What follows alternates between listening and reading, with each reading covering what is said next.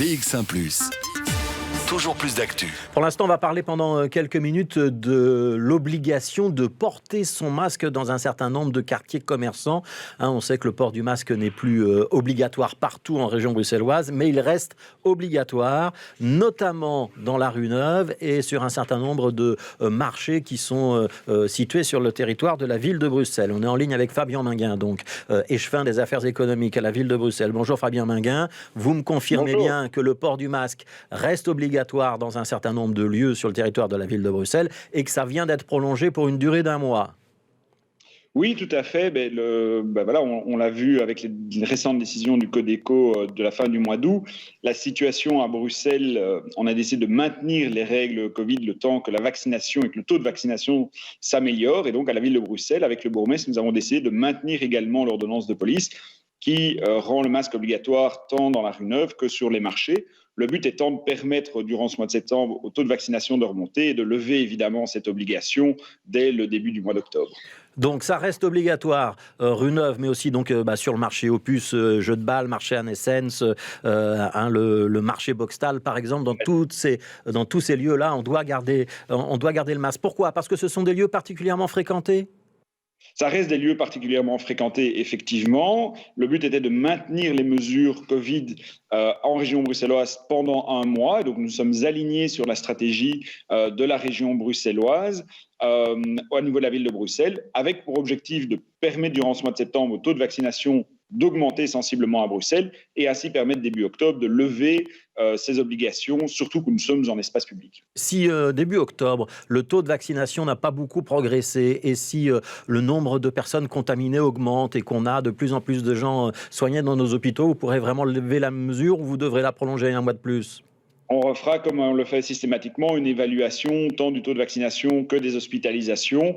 Mais nous avons bon espoir que petit à petit, grâce à la vaccination, et on espère une augmentation sensible du taux de vaccination des Bruxellois, on puisse lever ces contraintes sur la vie économique et la vie des Bruxellois. Je rappelle quand même aussi que le port du masque reste obligatoire dans les bibliothèques, dans les médiathèques, dans un certain nombre de salles de conférences, dans les lieux de culte, etc., etc. Je voudrais juste vous poser une autre question, Fabien Minguin. On a un grand débat, visiblement, entre la région bruxelloise et d'autres niveaux de pouvoir sur la possibilité d'étendre l'utilisation du Covid Safe Ticket, donc le pass sanitaire en région bruxelloise.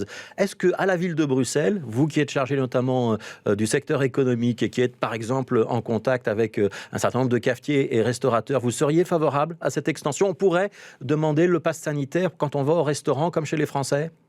Oui, je crois. Alors, le mieux, ce serait de le faire sur l'ensemble de la Belgique et de voir ce Corona Safe Ticket comme une étape vers un retour à la liberté totale et au retour à la vie tout à fait normale sans les contraintes de gestion du Covid.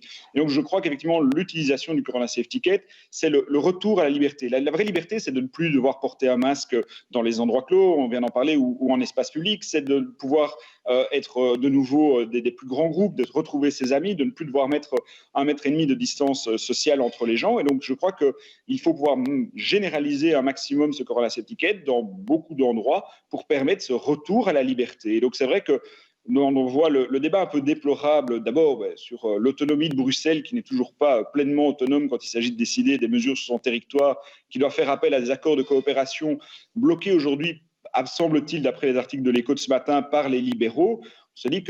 On se demande qui défend vraiment la liberté. Moi, je crois véritablement que le Corona Safe Ticket est une étape vers le retour à la liberté, que le vrai retour à la liberté, c'est la fin des mesures Covid. Et si le Corona Safe Ticket permet d'y arriver, je crois que c'est un bon moyen, en tout cas, et un bon chemin à prendre. Ce ne serait pas une contrainte supplémentaire pour les restaurateurs bruxellois ou les cafetiers ?